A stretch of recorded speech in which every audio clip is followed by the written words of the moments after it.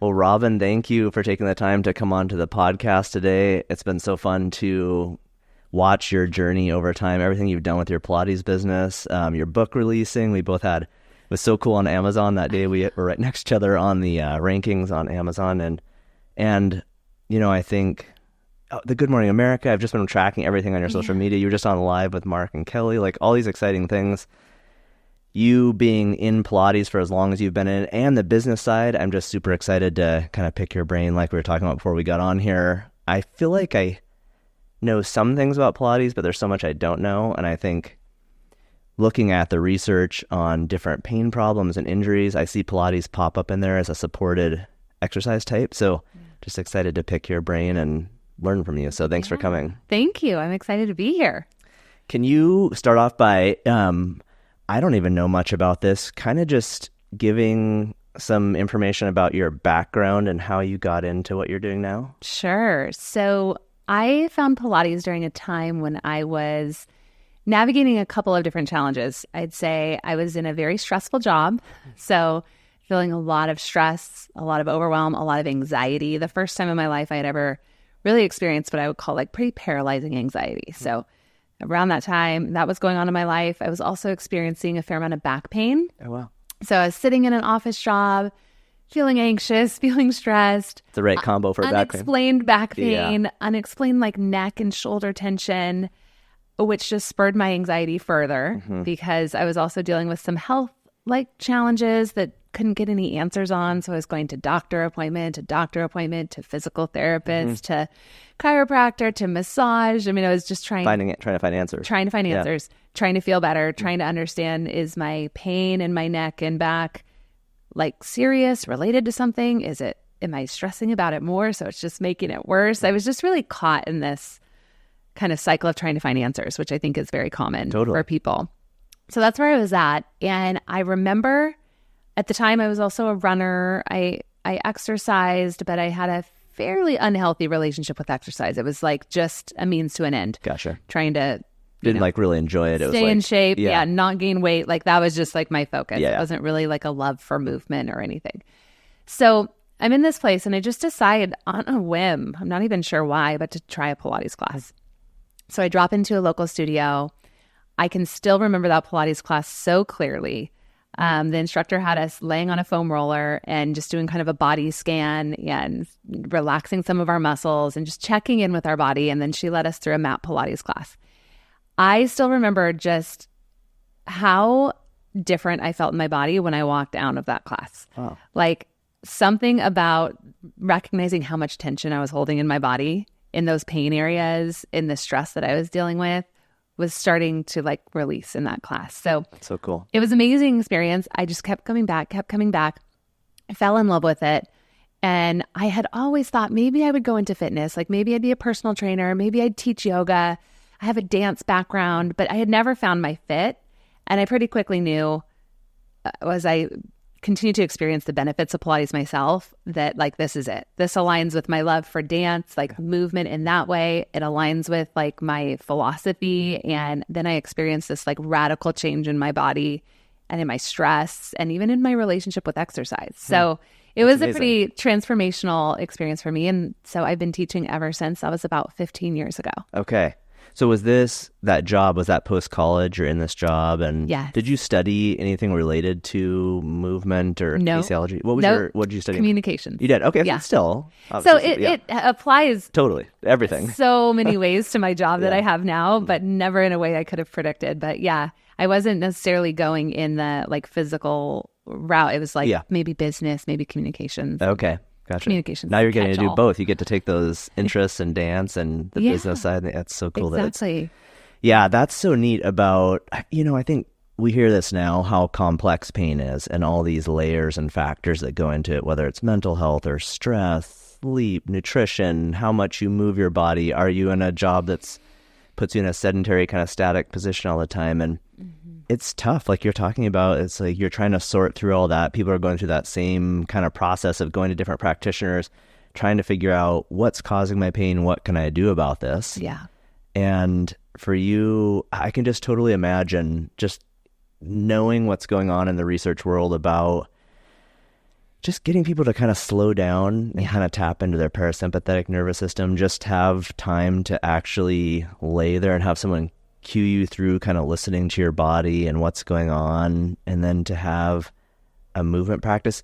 Just already, again, I don't know a ton about Pilates, but just hearing that, I can totally see where someone in pain, that would be totally beneficial. Absolutely. And I think that is one of my favorite things about Pilates. There's so much we can talk about from like a functional standpoint and strength building and mobility, all like Pilates is so good and goes so well with like physical therapy on the prehab, rehab, through it all.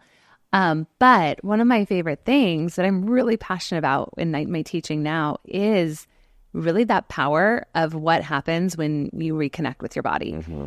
Most of us walking around are pretty disembodied. Like we're pretty disconnected from what we're feeling in our body every day. And that can happen just over time from just not paying attention. And then even like in my book, I talk about even we've been told for so long to like override our body signals, right? Like, especially as women, like ignore your cravings, like push through the pain. All these like things like pain is just weakness leaving the body. Like all of these things. And there's so many that we've kind of just tried, like we just need to override our body, right? Like we just need to like be better, be stronger, work harder.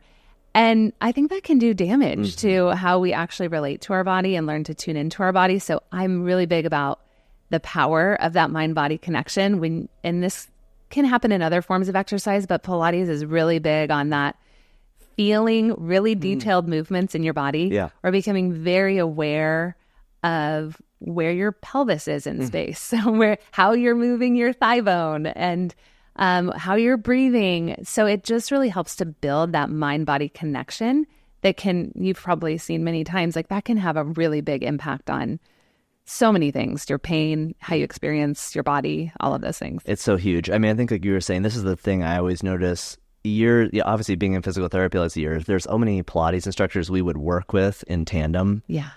Where patients would go, it would seem like, they kind of get through their acute phase of rehab. And then maybe as they were starting to kind of end insurance covering them, it was like Pilates was such a good natural step. And there were a few different people we worked with. And that was the thing I always noticed, that it seemed like a lot of people, the practitioners in general in Pilates, were so in tune with kind of these real small microscopic kind of movements and helping people cue into parts of their body that maybe they don't know how to turn on a particular muscle group or move in a certain way, and could help people with that kind of mind-body connection. So like everything you're saying, I like totally speaking my love language. But and do you think, you and I are similar, that I grew up in martial arts, you grew up in dance, and I feel like both of those have such a natural, innate body awareness side to them. Do you look back on your time in dance, and does it feel like that has really helped you in your own body awareness and what you do in your work now?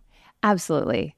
Like I see both and. Like when I look back, I definitely think I'm a fairly embodied person. Like that's kind of my natural bent. Like, right. Like my husband is the opposite.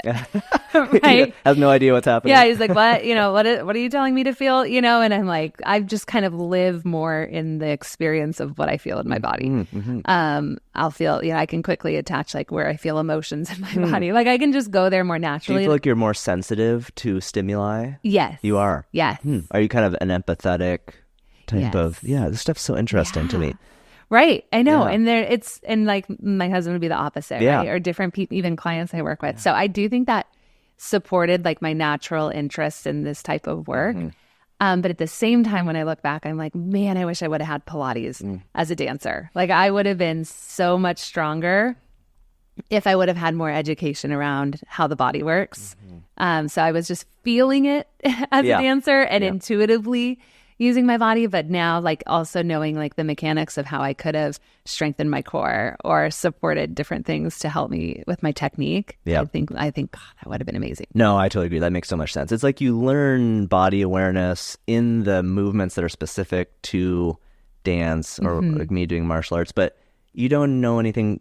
Usually those instructors don't know anything about biomechanics and how to move in certain planes of motion and target certain muscles. And you can see why you see so many professional athletes using Pilates in conjunction with their sport specific training, and it makes sense. It's like you're getting this, you can pick up maybe on weak links we were talking about before, where, wherever you want to call it, little deficits in your mobility or your strength or your control, and how something like that with an instructor or practitioner who's really, that's their specialty, they can help you find those things. And I think that's one of the reasons Pilates can be so powerful. So for cross training, I mean, I think everybody should do it. And I need to try it. Yeah, including you.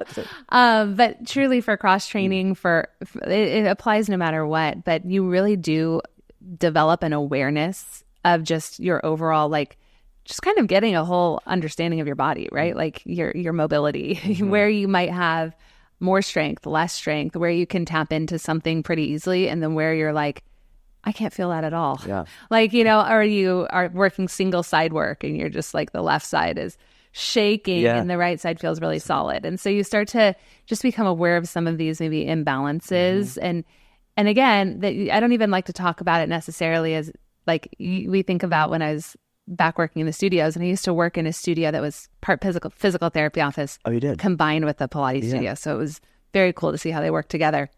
But, it depends on, for a certain sport specific athlete, you may not actually want perfect balance, right? Totally. You actually the asymmetry is helpful in their sport. Exactly. So you're kind of looking like, what's the end goal for this person, and how can you then support so that they're moving with, freedom of range of motion and the different ways that they want to move. So I think that Pilates can just be so powerful across the board, whether you're just wanting it for a regular exercise routine and just to maintain strength and mobility and alignment and nervous system support, right? Stress reduction, or if you really want to like fine tune your body for specific other sports. Yeah, it's like, obviously from a general health, just kind of a general neuromusculoskeletal system kind of health, you can do it for prehab and injury prevention. Even, I mean, that, and the performance side, like just if you can move better and are more aware of your body, that's going to boost your performance in whatever you're doing. Absolutely. What does it look like if somebody came in? I know practitioners can totally vary. This is like when people try to put all physical therapists into one approach. Yeah. And I know that Pilates, I feel like you almost have to, like physical therapy, maybe you kind of test around until you find the right personality and the right person for you. For sure. Yep. But what would a session kind of look like in general? Or is that hard to do? No, I think it does depend. And so I do recommend, like you said, trying to find a good fit. I have a certain approach to Pilates, and mine is all digital at this point. So I do it all from, online app at home. However, that's all on your mat. Yeah, yes. We use props and different things for different variation, but no reformer needed. Which is awesome if you're at home. Makes sense. Yes, and really just the goal of that was to make it more accessible for more people, right? Because not everyone can get into the studio, not everyone can pay for private sessions, and I'm a big fan of that if you can and recommend it. But also, even if you're doing that, we should all have a home practice as well. So, but to go back to your point, there are different approaches in Pilates. So maybe some might feel a little intimidating.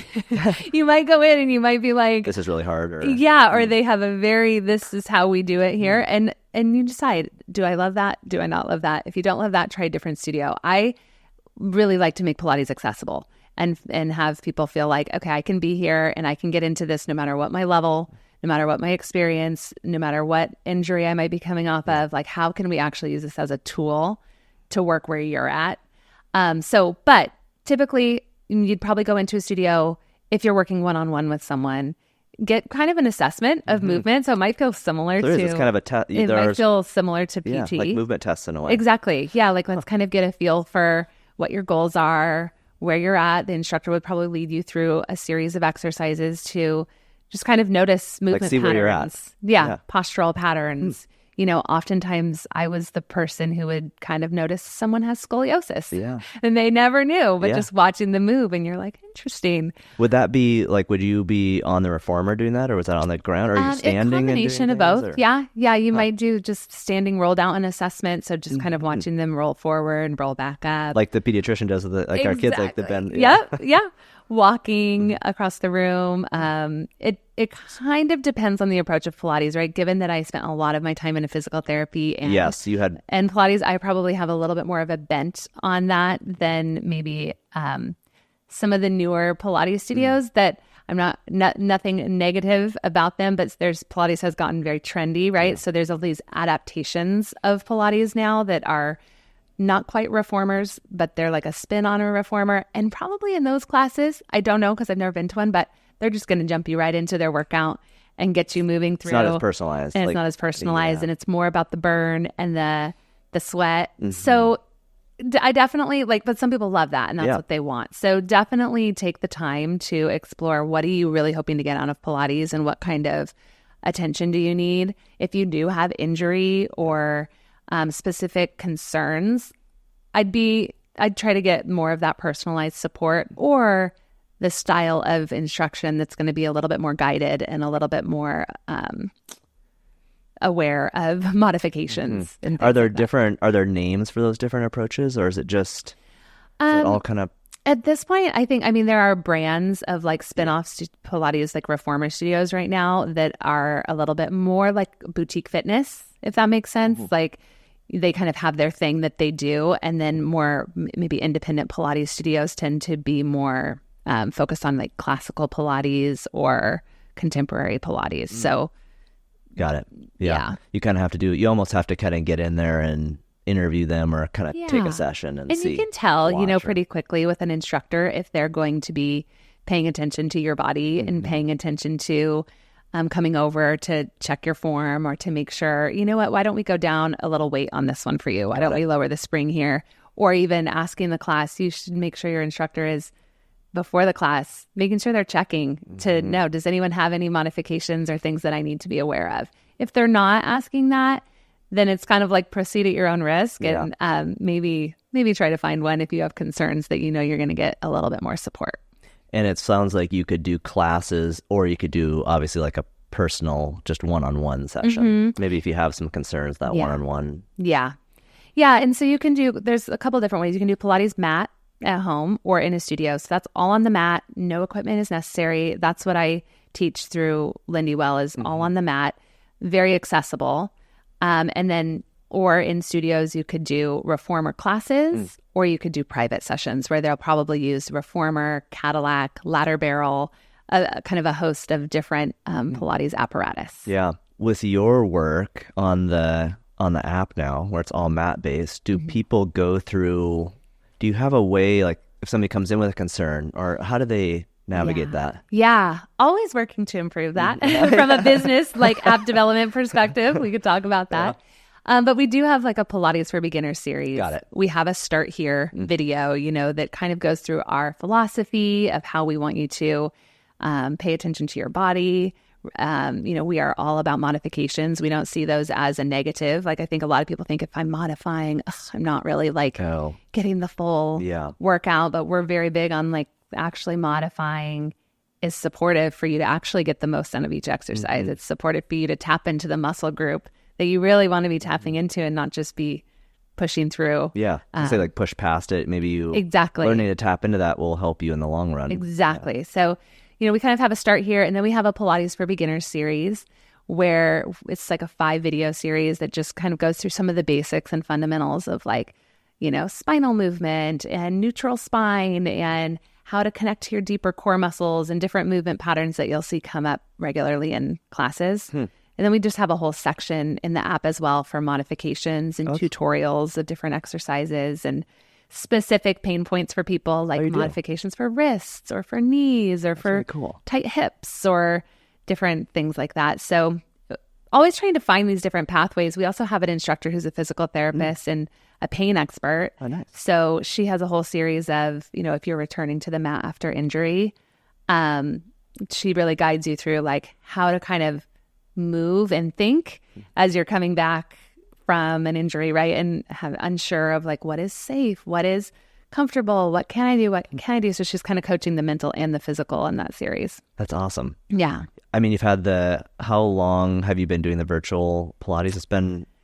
It's been 14 years. Yeah. Yeah. It's so amazing. I mean, I know your team just keeps growing and you're just crushing it. And I need to go in there and explore more, but that's so cool to have the modification kind of tips, to have that PT who also does Pilates, who can help people navigate. I mean, just to have all of those just kind of tools for people who are coming in with injuries and pain. And I think, how long were you at the place where it was the physical therapy clinic and the... Yeah, I was there probably about 3 or 4 years. Oh, yeah, so a decent amount of time. Yeah. And it was like, because I can't imagine that a lot of maybe I'm wrong, maybe like doing gait assessments and different things you were doing. Is that common? I think it's like looking at posture. I'm sure I think that's common. Yeah. A big part of Pilates is really looking at alignment and, just kind of like how you're moving. Right. Mm-hmm. So I think it's fairly common in Pilates. I think it was more so in the studio that I was in, where we were not only, focusing on movement and gait and what's happening in your pelvis when you move and all of that, but also even that I just feel so fortunate I got to work there. And the woman who's now our instructor, Lindy Royer, on their app, she was the owner of that studio. She was. So it's really cool. You guys had a long-term so it's fun. But I feel so fortunate to have learned so much from her, even just on, you would see the patients in physical therapy come into the Pilates class, and just the language used around body and injuries or pathologies. And she was so big on really helping people to try to see their journey as a healing, empowered experience, and to help people not be afraid of moving. That's amazing. Because I think, that can happen. Oh, for sure. You can get so stuck in the fear of movement or the fear of hurting yourself again that you keep yourself really stuck. Totally. And unfortunately, some practitioners that do that to people on purpose to keep them coming back. And that stuff was always, a lot of the reason I got started with any social media was frustrations around that. So I just love people who their goal is to empower people who are coming in. And we always talk about boosting self-efficacy, but you want people to feel like they have the tools and understand their body and know how to manage, when they have pain or an injury, or just how to move better and how to think about your body and be in tune with it. So and helping them, give them that confidence, right? And I had the pleasure of you were just seeing you with my mom coming back from an injury, but that was even just seeing that in her, of like the fear of movement, the fear. She had stopped doing her Pilates altogether. She had stopped walking, stopped doing all of these things. And after meeting with you, to have her just get that boost of confidence of like, okay, I can move this. Actually, this is a good thing. And, helping her move through that feeling of being stuck. And I think a lot of people just get stuck there. Totally.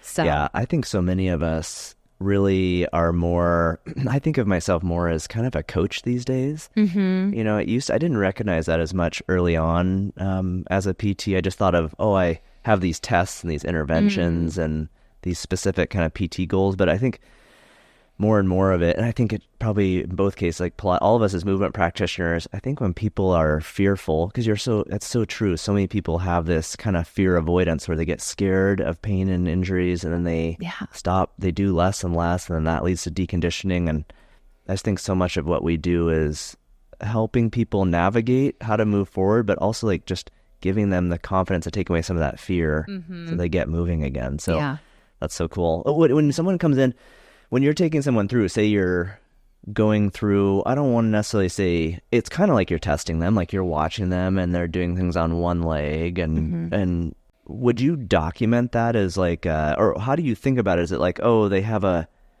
weakness with this particular movement or muscle group on their left leg? How do you think about it? Yeah. So, it depends on the setting. In the physical therapy Pilates office, they were actually like, kind of going alongside their chart with what they were doing in physical therapy.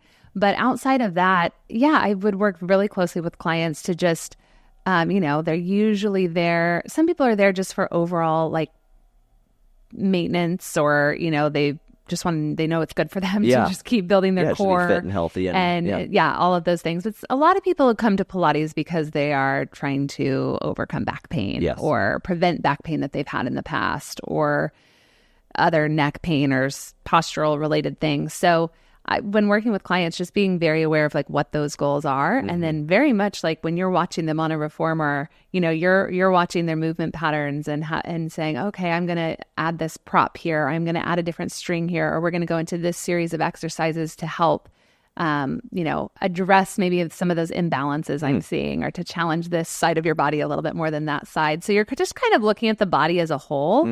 and trying to build whole body strength and functionality, but you see very quickly, the whole body's connected. Totally. So I think that's the kind of the beauty of Pilates too, is you can work really specific and targeted. Yeah. But you're Still constantly looking at the body as a whole. That's really cool. Yeah. That whole, we always talk about the kinetic chain, like Yeah. all these things. I mean, all this Exactly. research on how joints, the next adjacent joint, you think about, like, we see this a lot with knee research, that strengthening the hip muscles and the glutes really helps a lot of knee Right. conditions and helps the ankle. It's just how that whole system, all this cool research on these different fascial lines and how everything's connected. So is this kind of on the fly? So say you're having them do some movements and you're noticing some imbalance or asymmetry from one side to the other. Mm-hmm. If one side seems to be struggling, are you right there in the session, or is it like, okay, I'm going to think about that for next time?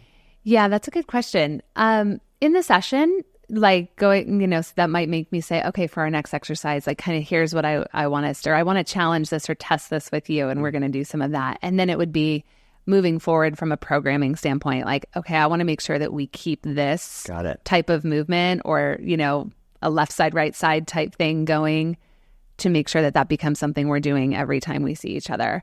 And then ideally, they're also doing things at home. It's so similar to physical therapy. You give them stuff to do at home? Uh-huh. Oh, really? Okay. Just because, depending on people's budget, they may only be able to come to class one time a week or less. Yep. And we know that, we need to more sessions. So definitely exercises that you can do from home, which ended up being a big part of why I took it online, was like, in the physical therapy office, is people would be like, well, I don't really they don't do the things at home, right? Yeah, they're like, adherence is always tell me what to do from home. And so just having more like programming that's easy to do from home, and a way to build it in so that in between sessions, you're also making progress and not just relying on one session a week or one session every 2 weeks to actually, you're just going to progress so much faster if you've got it going regularly throughout the week. Was that a big part of why you started the company, was needing a resource so that people could do things at home outside of... What was that transition like? So you're in that space, seeing in person, was it a slow transition over from there to the virtual or digital? I started first with online courses and classes. And so that was initially, it was kind of interesting. I was actually moving around. So I was in Santa Barbara. I moved up to the Bay Area. I moved to Colorado, and my clients couldn't come with me. And so it was actually... like classes for them. Actually a way to say, okay, well, you can still work for me. I'll film these classes, or work with me.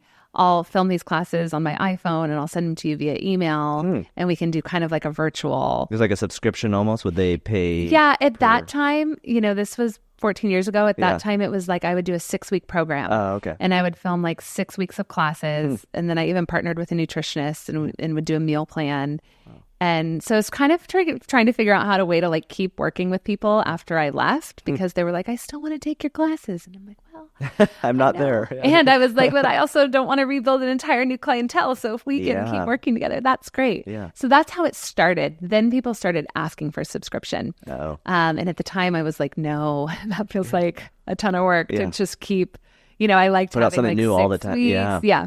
But over time, it just started making more sense. I kept doing programs over and over. And then it was like, at this point, I think it makes more sense for it to be subscription based. But a big part of my passion, though, is to make it more accessible for people.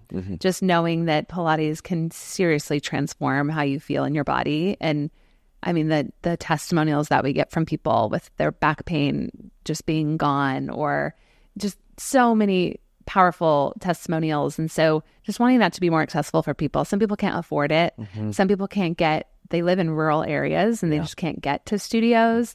I was in a period of time where I had little babies at home, and I could not, I didn't have childcare, and I could not get to the studio. It'd be like 2 hours by the time I got ready, got to the studio, took a class, came home, and I just couldn't do it.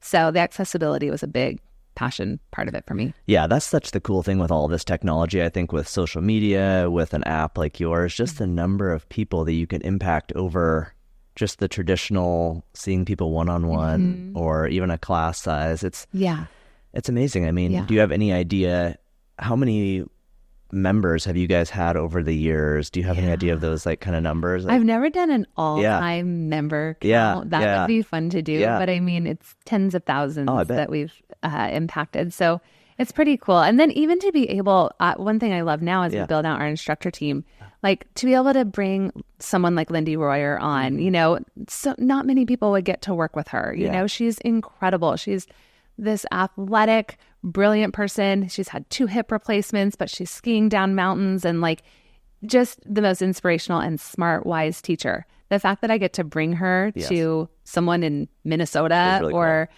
You know, Florida that would never get to work with her is so cool. Or Kata, our instructor who specializes in like fascia and all of these different kind of fascial release systems within Pilates. And it's just so cool to be able to bring that to people. How many instructors are in that? I didn't even realize. I always thought it was, I'm so behind. I just think it's just you. And no, that's okay. We have about 5 instructors right now. And so there's different, if you're someone who's subscribing, then you can choose by instructor or different class types. Is that right? Yeah. Yeah. And do you still film? I remember you were filming I'd always see you at the beach. Yeah. Still there. You're still all the time. Yeah. It looks so good. You have the right setup. It's like, it always looks so nice. We're so lucky. You know, we're so lucky here. People are always like, how are so few people in the background? Yeah, I know. And I'm like, well, we're pretty lucky here in Santa Barbara. That's true. You're there like in the winter, in the morning, you know, you kind of have it to yourself. Yeah, you can find times down at the beach here where it's not too busy. But I do always wonder that. I'll see a little clip and I'm like, how is there nobody back there? We do get some entertaining. Yes, definitely. How often are you guys filming? Like, how often do you film new content? Usually about once a month. Okay. Kind of depends, but we batch film content, so once a month, and then do like a big chunk, is that like a full day of recording or usually something? Like it kind of depends. Half day for me because I know my limits of what I can do in a day. But then if we have all of our instructors here, we might do like 2 days of just all of us gathering content and filming workouts. And did you, when you were talking about feeling overwhelmed, going from kind of the 6-week courses to the subscription, what got you past? Did you just recognize, I have enough content recorded now that I could have a library and a subscription? I think it was more from a workload perspective. I had little kids, at home, and I liked the freedom of being like 6 weeks program and then take a break. 6 weeks on, take a break. But then once I realized like, wow, this is actually becoming my full-time career. I'm actually teaching less in the studio and doing this more full-time. And then it was like, I'm already doing it. I'm just doing programs. I might as well just create kind of a continuity model for people. So you were kind of in a transition there where it's not like you just stopped all of a sudden with the in studio kind of sessions. Right. You were kind of slowly phasing out of that. Yeah, definitely. Yeah, so interesting. I mean, I was telling you before, obviously the podcast is very health focused. I have a lot of people who are coming from the general audience who have pain and injury or looking to just be healthier, but there's also a lot of practitioners. I think the business side is interesting. That was interesting to me because I'm kind of going through this transition of going from being that full-time physical therapist, educator at Westmont here and just transitioning to kind of running a business, which I didn't ever learn anything about. Yeah. No, my parents weren't entrepreneurs. And I just remember, I feel like you have done such a good job. I feel like I would hear from Kirsten that you would be off like at a marketing course or doing different things, and so much for me to learn from just what you did to get to where you are. So you had all the Pilates background, and then when you decided, okay, this is becoming more of my full-time business, did you then obviously there's all the growing the platform, but was there a lot of focus on taking courses related to business? Yeah. Yeah, I think I was the same as you. I majored in communications, got into teaching, running I started thinking more business focused once I realized I need to build my clientele. I need to build a business, right? Gotcha. Like you kind of start to see yourself as a little business, and you need marketing, and you got figuring out how to get clients, how to pay the bills, how to kind of become a little mini brand. Totally. That's when I started a blog and kind of started getting on social media of just like trying to film my classes, trying to it was all in studio at that time. Make a living. Yep. Yeah. So that kind of started that, and I ended up just really loving the business side of it. I think it allowed like a part of me that wasn't being used in the Pilates space, the marketing side, the messaging, the writing. I actually really love that type of work. So, but I had to learn all of it. And it's been basically just one big learning experience. I'm still, obviously today, I'm like, oh, wish I would have known that a few months ago, but definitely invested in coaching. Okay, I did. Yeah, I did some mastermind groups. I feel like the first mastermind group I ever did was like transformational for me. It was a bunch of entrepreneurs, but really in the digital space. I was one of the few in fitness digital within the group, but just kind of being able to think from a completely new perspective and figure out how to build a team and how to start to kind of grow and scale. So I'm still doing that. I was just on a mastermind call this morning. So just trying to put myself in situations to learn what I don't know, because there's so much. Totally. I feel like I'm just starting to get exposed to this world with doing all the podcasts this last year. With the book coming out, I got one of the podcasters created kind of a mastermind group. And I think just listening to podcasts, I've just been drawn to business podcasts. And I feel like I hear this so often that, you know, the people you surround yourself with and that you're in the room with, just if you're around other successful entrepreneurs who are driven and are growing, it's just going to be natural that you're going to absorb some of that and learn. And I think I'm years behind you. And so I'm kind of looking at that business side of where you're at. And I think I'm seeing that it sounds like maybe kind of what you went through, where so long I was focused on kind of my craft and physical therapy and that content. And I'm slowly realizing that I've got to become more of a student of business to keep this growing, because it was just a hobby for a long time. But then you see how many people it can impact, just like what you're doing. And if you're going to spend that much time on it, you're taking time away from your family. You've got to figure out, how can I actually make money doing this? Because it's just going to make the product better. It's going to help more people. Right. And it's just going to keep going. So. Yeah. I definitely went through that. And I think that's just I think everyone listening who maybe is a practitioner of some kind and then business, I think that is always a challenge. Like the last many years of my life, I think I go, gosh, I've spent way more time, probably 80% of my time on business and 10 to 20% on Pilates, you know? And so there have been times where I'm like, oh, I need to get back figure out how to, make sure Mm. that I stay really sharp over here and continue learning over here, and kind of just that ebb and flow. Because again, I have 4 kids, you know, that there's been seasons where it's like, okay, something's got to give here. So, but just kind of always going back and forth to be like, okay, what does the business need most right now? What do I need most right now? And podcasts have been huge for me. I mean, I would just strap my babies in the car, go through Starbucks drive-through and just like binge on business podcasts as I was trying to get ideas for how to move forward and things like that. It's so there's amazing so much what you can valuable. learn. Oh my gosh, on YouTube and just podcasts, there are so many unbelievable people out there who have their own podcasts or just guests on other ones, and just what you can learn if you know what to look for and put the time into it. I feel like there's so much stuff out there, and sometimes people just don't put the time into learning it. Yeah. It's all out there. It's all free. There. Just this morning, I'm listening to a podcast about like navigating like workplace dynamics. Now, you know, we have our leadership team, and you know, so it's like it's never ending either. You figure one thing out, and then you're like onto like, okay, and now how do we navigate this one? Totally. Yeah, you have to just constantly be evolving. There's something new coming along all the time. And do you like being this leader of this team? And is that stressful? I mean, I'm sure it's stressful at times, but I do. Is that a natural thing for you to be in that kind of role? It depends on the day. Yeah, definitely. In all honesty, I do think it is. Like, I enjoy that leadership role. I enjoy being a visionary. Mm-hmm. So I'm like a visionary. You're kind of an idea person. Yes. I like that part is very natural to me.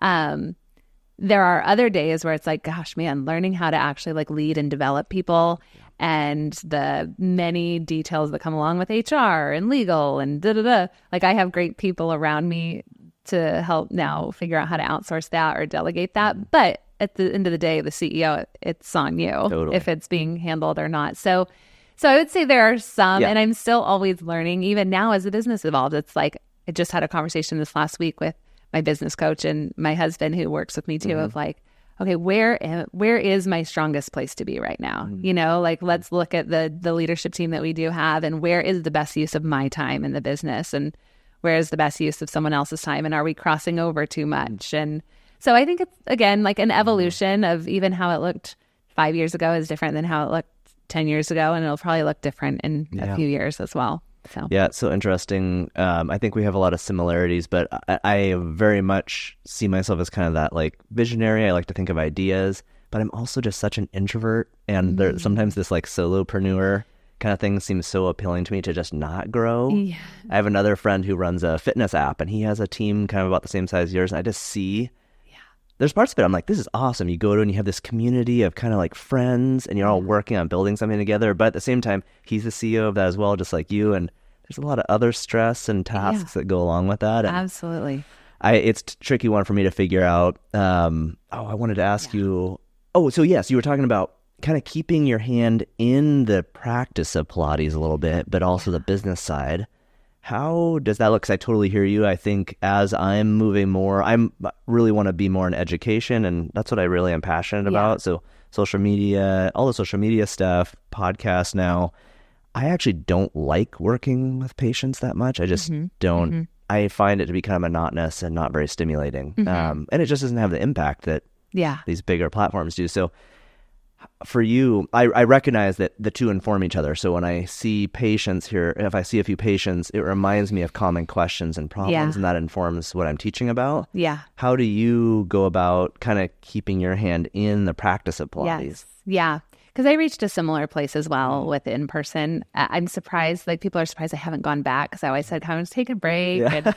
And, but I still have 4 kids. Now I have this other business, and it's like, I only have 2. I think I thought I would have more time. Yeah. But at the same time, I did reach that with my in-person teaching as well. I mean, especially when it comes to Pilates or exercise, like you literally are repeating yourself every hour, totally, all day long. So that does get a little, I think a sweet spot would be like a few hours a week of working with people. So again, I might get back to that at some point. Yeah. But what I've done to try to keep my, stay in that is really just when I think about, okay, I really am drawn to a lot of business conferences or listen to business podcasts or business groups to be a part of, just trying to also make sure that, okay, maybe I take on some ongoing, continuing education courses over here in Pilates, or make sure that I'm listening to some of the latest, podcast episodes or different things about what is the latest science around this or research, or what have we learned that maybe is changing that I need to stay up to date on.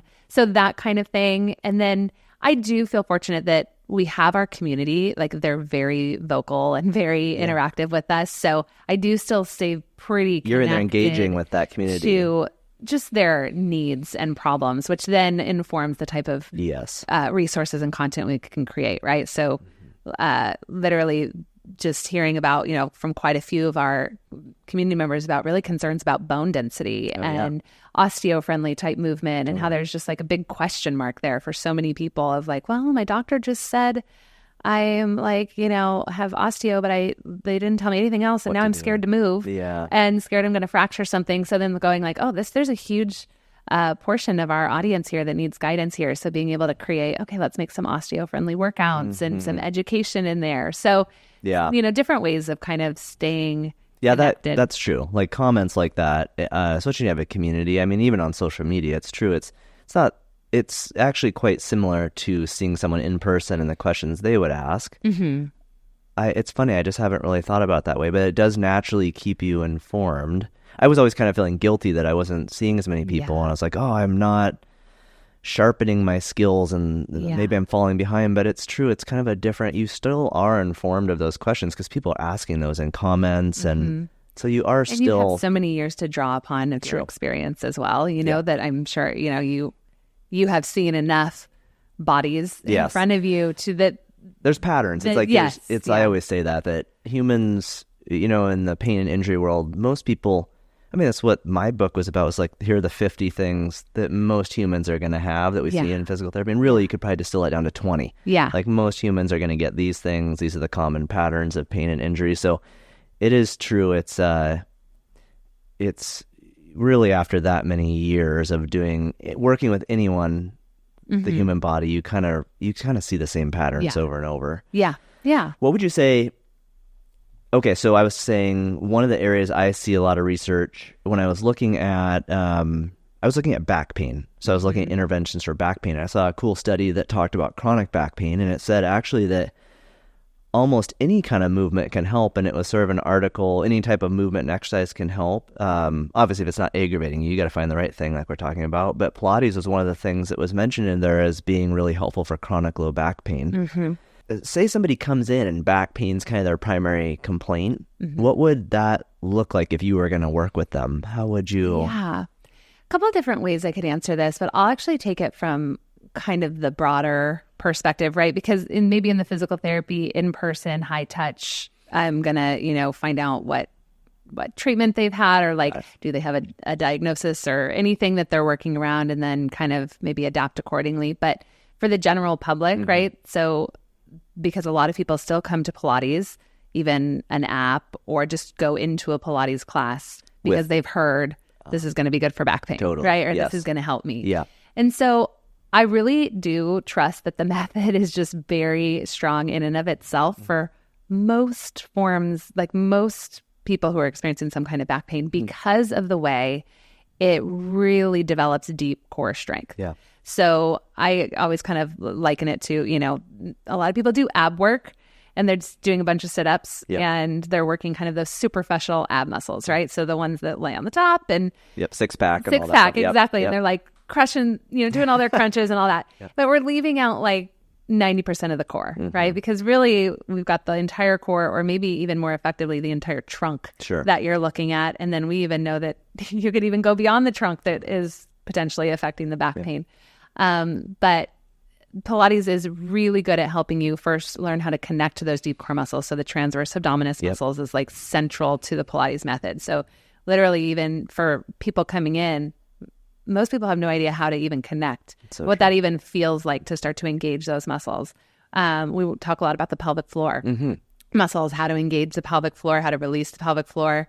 Most people just know, I don't know, should I do Kegels? That's all they know. That's about it, right? And it's like, well, actually, it's just a muscle group. We need it to be a healthy functioning. We want it to be able to contract. We also want it to be able to release. And it's just a part of your core muscle group, or the oblique muscles and the hip flexor muscles. Like all of this works together. And when you go into Pilates, like there's exercises that are just a part of the repertoire. So you're not just making up exercises if you teach Pilates, right? Like you're following a pretty kind of like a tried and true repertoire. Now there are variations on that depending on your style of teaching, and you can kind of change it up and do different things, but the function is the same. And so a lot of those deep core stabilizing exercises, along with the mobility. So for example, you might be led in some deep core stabilizing, but you're hinging at the hip joint, right? You're like working. So you're kind of maintaining. How do I disassociate? To maintain a stable core while still moving the hip joint, freely in the hip joint. Or, we also do a lot of spinal work. So Joseph Pilates was big about healthy spine. His quote was always, basically, this is not exact, but if you have a mobile spine, you're young. If you have a stiff spine, you're old. Like it doesn't matter about your age. Yeah. It's all about the health of your spine and the mobility of your spine. So we do a lot of spinal work in Pilates. So pelvic curls, where you're rolling up and down. We think of bridging, but with a lot of articulation in the spine. Yeah. So you're focusing on like each segment kind of rounding. And sometimes that alone is one of the best exercises for people who have no idea that like they're basically moving up and down as one It's like unit. a block. Yeah. Exactly. So starting to just bring awareness even to, gosh, can you articulate a little bit more? And a Pilates class is going to get you moving your spine in flexion, extension, rotation, like the planes of movement, and all of that is very important in the Pilates class. Like it's going to give you that well-rounded, it should give you that well-rounded motion in your spine and planes of motion. So those things alone, I think, can just be so significant for how well someone's functions in their core and the prevention of back pain or the reduction of back pain symptoms. Yeah, it's like it goes back to kind of a lot of that awareness stuff we were talking about in the beginning. You see all this research out there, and I think a lot of it probably has similar mechanisms for people with back pain, but just, it's another one of those areas where the low back, a lot of people just, you don't see your low back, and I think people just aren't aware of what's really happening there. They're not, they just kind of think of it as their back. They don't think of it as all these different vertebrae that articulate differently and are different segments, like you're talking about. I mean, I can imagine, just like you're saying, for the average person, just somebody cueing you to think about articulating each level of your spine, how much mind-body connection would happen with that. Yeah. People just have no clue. And then when you start to do that, even myself, if I'm going through a period where, my back's been tight lately because I've been doing other exercises, just the awareness of it. Like you might not even notice as you're going through the day, but you go ahead and do that. And you're like, oh yeah, I felt really good all the way through like mid back. And all of a sudden it's like, this feels really tight as I try to release the lower back. So just starting to bring that awareness can be huge. And then a Pilates workout is also going to always be well-rounded. It should be. So you're going to work your glutes, you're going to work your hamstrings, you're going to work your upper body, lower body. So again, we also even know that, strengthening glutes is a huge thing. Totally. Yeah. Hamstrings, different things like that. So honestly, the well-roundedness of it combined with the core strength and spine focus is, I think, what makes it so effective for so many people. Yeah. Yeah, totally. When Joseph Pilates started all of this, was it, I'm trying to remember, I feel like I heard this at one point, but was it rehab related? It was rehab related for soldiers. And after the war in an internment camp. So he started rehabbing soldiers from their hospital beds. Literally, that's why the Pilates equipment looks like kind of hospital beds, like with pulleys and levers and springs. He had just like rigged the hospital beds to use help rehabilitate soldiers. And his soldiers were seeing like tremendous results. And even in their immune health, like there was, obviously at the time, like tons of people getting sick, and all of the people who were doing his method were like recovering faster, immune system was stronger. That's how he kind of started. And then eventually ended up working with gymnasts and dancers. I remember hearing dancers. Okay. Yeah. So do you think the immune health thing, do we have any idea of what Joseph Pilates was like as an instructor? Do you think it was what he was saying to people and teaching, or was it just the getting people moving? I think he was a very interesting character. Yeah. I would have loved to meet him. I think he was well beyond his time, like ahead of his time. And he even like said that in his book. If you want to read like Return to Life, it's kind of it's really interesting. It's probably the best book to start to just from his perspective. But at the time, and this was years ago, but he was just calling out like the way society, we're sedentary and we're not getting enough sunlight and we're sitting all day. And it's like, that was way before we're doing all that. We're talking about it more right now. And we're even more at computers. This was way back. So I just feel like he understood breath, movement, and how that was connected to vitality and blood flow and sunshine and just all of these things of like how to really get the blood flowing through the body, the oxygen flowing through the body. And so I don't know, when I look back on that, my guess is that, between movement, oxygen, blood flow, breathing, we know those to be really significant in healing and even immune health. And so he obviously was thinking about those things back then. Yeah. So I'm sure he must have been talking about them with people. Yeah. Because you can imagine just the movement by itself, if you're a soldier and you're in a bed and nobody's getting you up, and just the movement would be powerful. But then for someone to be talking about all those other elements, you can imagine it's sort of, it's like you're addressing kind of he was such ahead of his time and kind of thinking about the whole person. Yep. Right. That's really cool. I mean, yeah. What do you remember? I'm going down this is a history lane here. Do you remember when it was World War II? Or was it World War I? I'm trying to. One. Okay. So it's like early 1900s. Yeah. So I should know that. I think it's one. That's one of those things you probably don't think about a lot. Yeah. What about, here's another maybe kind of funky one people always ask about. What would happen if somebody came into Pilates and they're like, I can't activate my glutes? Yes. Do you hear that a lot? Yes. Like I do bridges and I can't feel my glutes at all. What do you do? Talk about dead butt syndrome. Dead butt, I feel it's pretty common. I am amazed by how many people come in and can't activate really anything. So like even when I have them trying to activate the deep core, it's like, am I doing this right? It's like, okay, trust me, I sound crazy. We'll keep practicing, you'll get it later. But in time, you'll be like, oh, I feel it. Same is true for the pelvic floor. It's like, I feel nothing happening. It's like, wait, I might have felt something happening, And I think it's similar for glutes. So doing a lot of, I love in Pilates, a lot of the bridging exercises and single leg bridging and helping people kind of connect that way. When you're on the reformer, what you can do, what I love about the reformer is you really actually, yes, you can add weight and resistance by adding on more springs.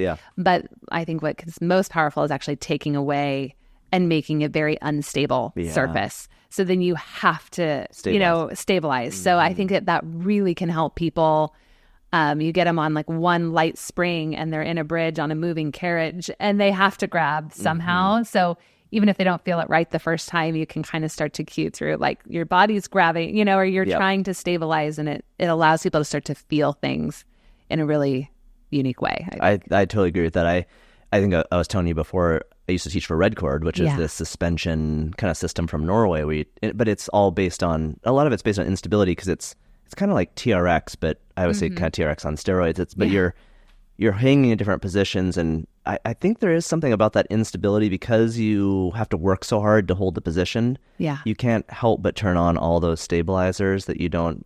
Right, exactly. Normally, if you're in a very solid, if you're on a very solid surface or adding weight to it, sometimes you can just bypass and go right to those other muscle groups that you're used to turning on. Exactly. And so I remember there was a study where they took people and they compared push-ups. They compared people who had a group do flat bench press. They had a group do push-ups, regular push-ups, and then they had a group do push-ups in these slings, kind of instability. And then they compared at the beginning and the end their maximum number of push-ups they could do.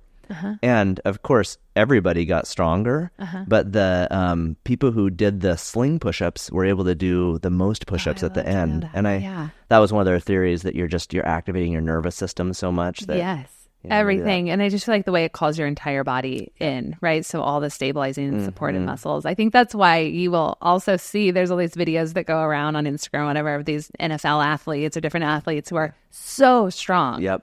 But then you get them on a reformer with instability, and they're struggling, and you're shaking, and you're because it's a completely different way of engaging your body. I think it's like, to me, it's kind of in that lane of going from machines to free weights. It's like that. It's like, you see where machines are great places for people to start. They're safe, they're more stable. But as soon as you go to free weights, your neuromuscular system has to work so much more. I just took a friend. I feel so bad. He'd never lifted weights, but he's actually really naturally strong. And I just let him do incline bench press with dumbbells. He was looking good, and totally for like 6-8 weeks now, his rotator cuff's been injured.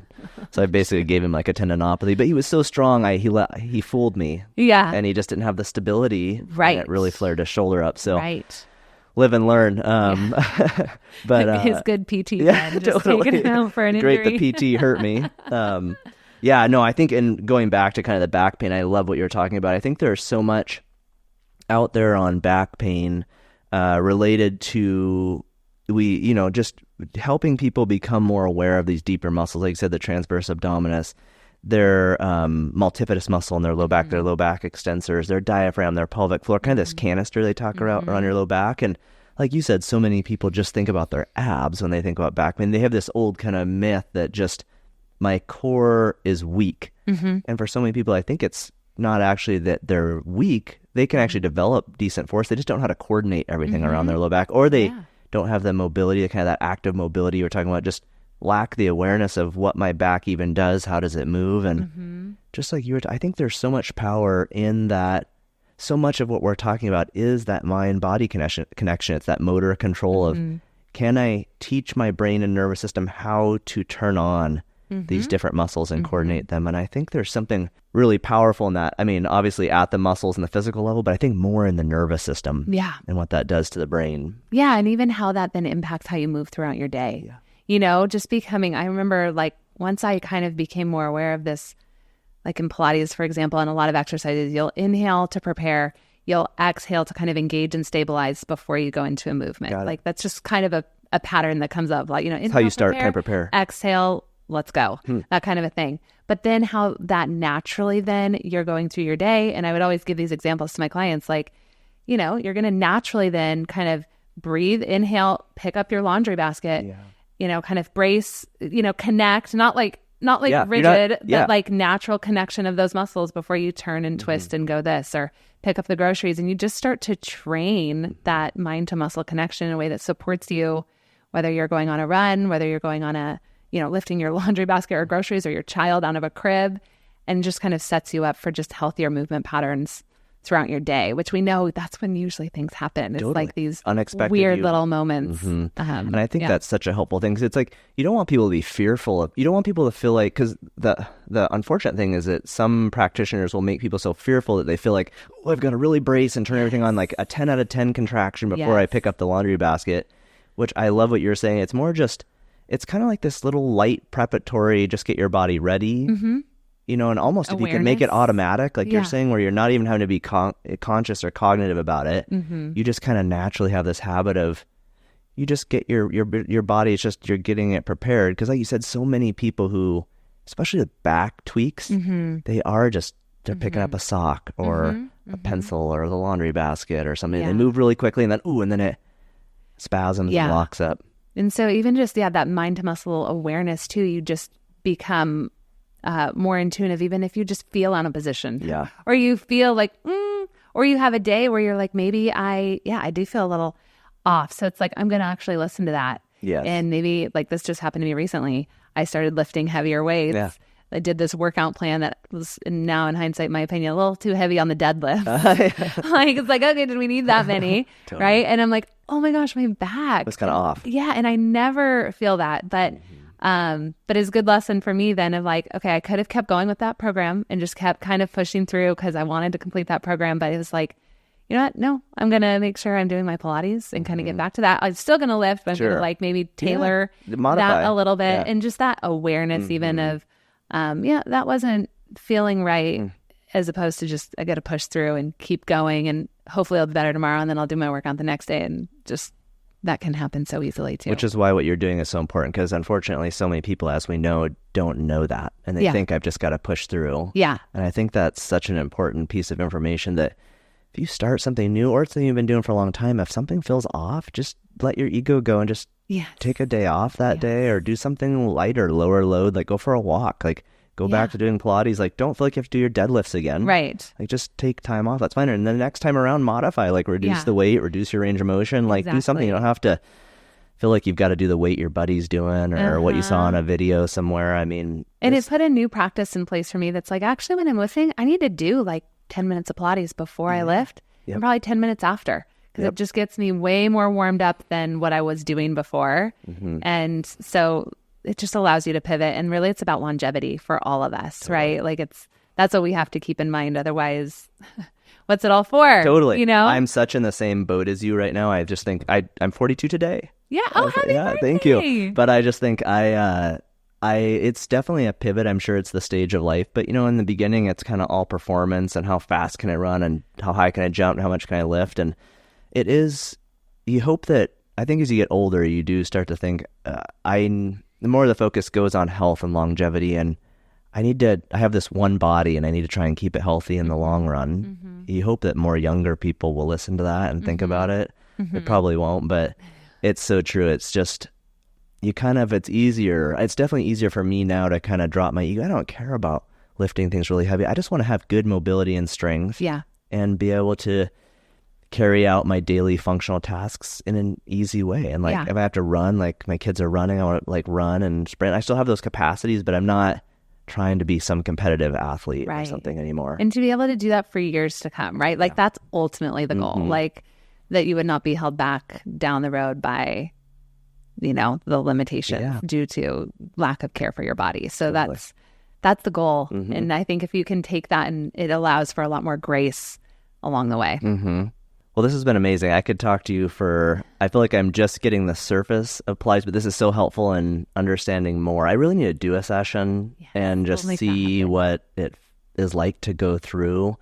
I think just from listening to you, it'll be really a good learning experience, but it's nice that, and I kind of got this idea from before that it'll be in a way kind of what I expected, kind of like, it just shows similar to physical therapy, I think, in a way of looking at someone's movement tendencies and posture and looking for kind of those deficits in control or weakness.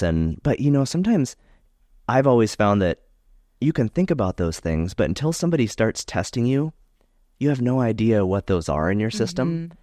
And it's so helpful to find them. And I just know when I've done testing like this before, because so often I'm just doing it on other people and talking about it. It's so nice to actually go through that process. And see like, my hamstring, like I'm really shaking on that side. I can't hold this position. And that's something I need to work on, my injury risk. Because, you know, I'm just like everybody else. I go to the gym and do my same workouts.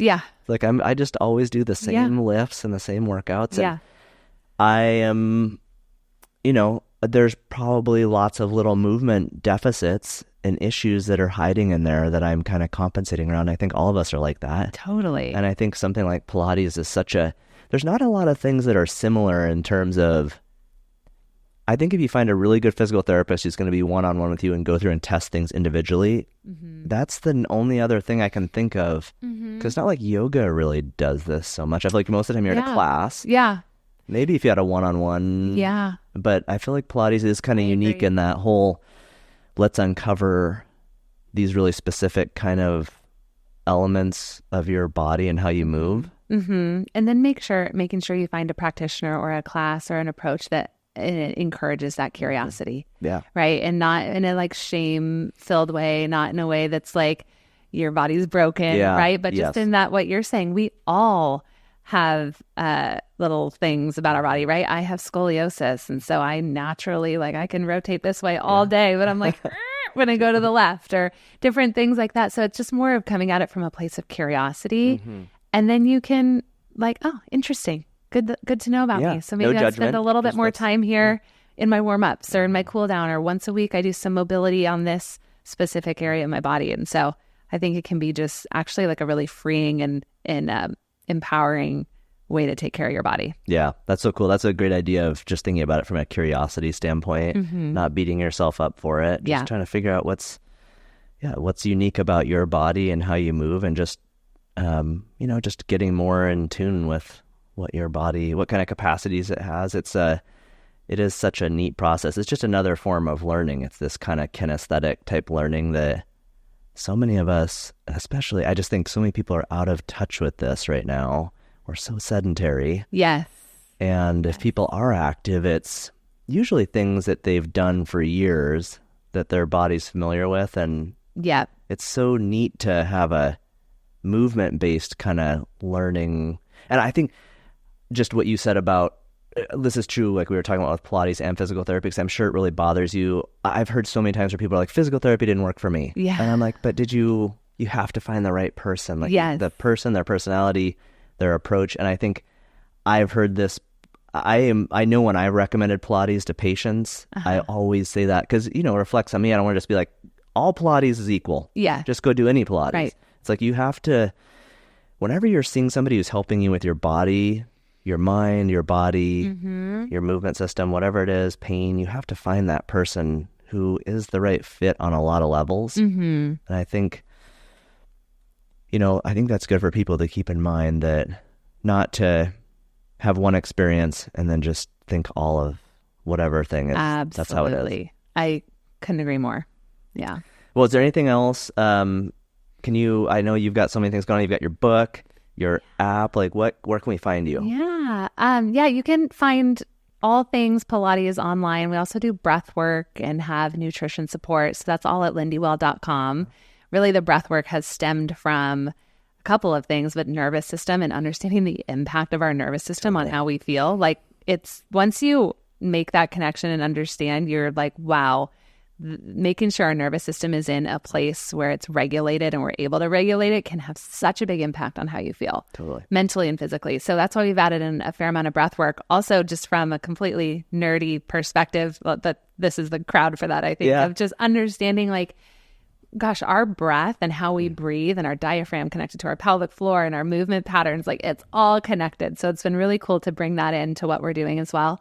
So lindywell.com. And then my book is called Well to the Core, and you can find it wherever books are sold. And is the book, is it programs, kind of like?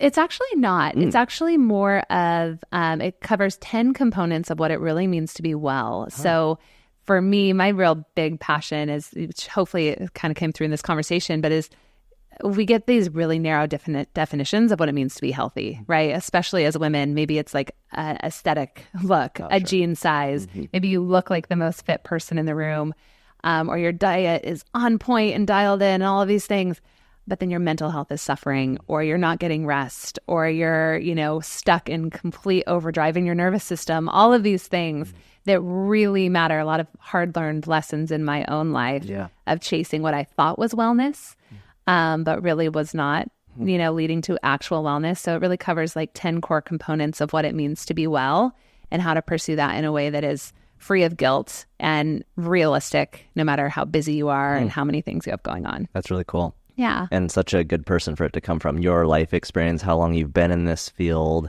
having kids, a family, running a business, a CEO of a business, like all the different stresses and pressures. And I agree with you. The breathing is such a big one. Do you know Jill Miller?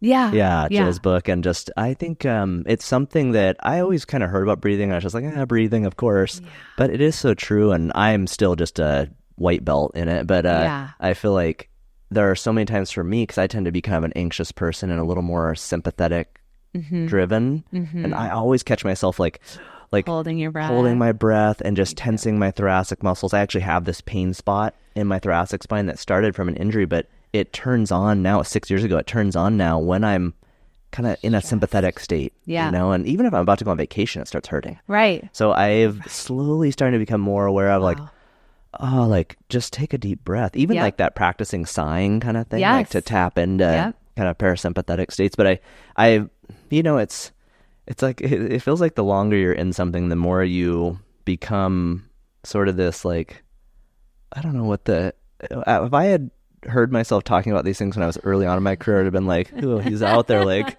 you know what I mean? But you do realize how interconnected all these systems are. Once you start to realize that, it's fascinating. Totally. The book Breath by James Nestor. Have you read that book? I haven't read it, but I hear about it all the time. That one for me, like, just, I didn't know I could read a book this thick just about breath. But I like devoured it. It just makes you really understand like how integral it is to everything about how we feel and how our body functions. Totally. So, yeah. Well, thank you for coming on. Thanks again for taking the time out. This is amazing. I know it's going to help so many people. I learned so much about Pilates, and I've got to go take a class and test myself out. So I've got all these little things that have been around for too long that I know if somebody just assessed me and tested me, I could figure out what to do. So we'll have to do like a round 2, like year after. That'd be amazing. Experience. Yes, totally. Check back in and see where I'm at. Yeah. Thanks, Robin. Me. Thank you.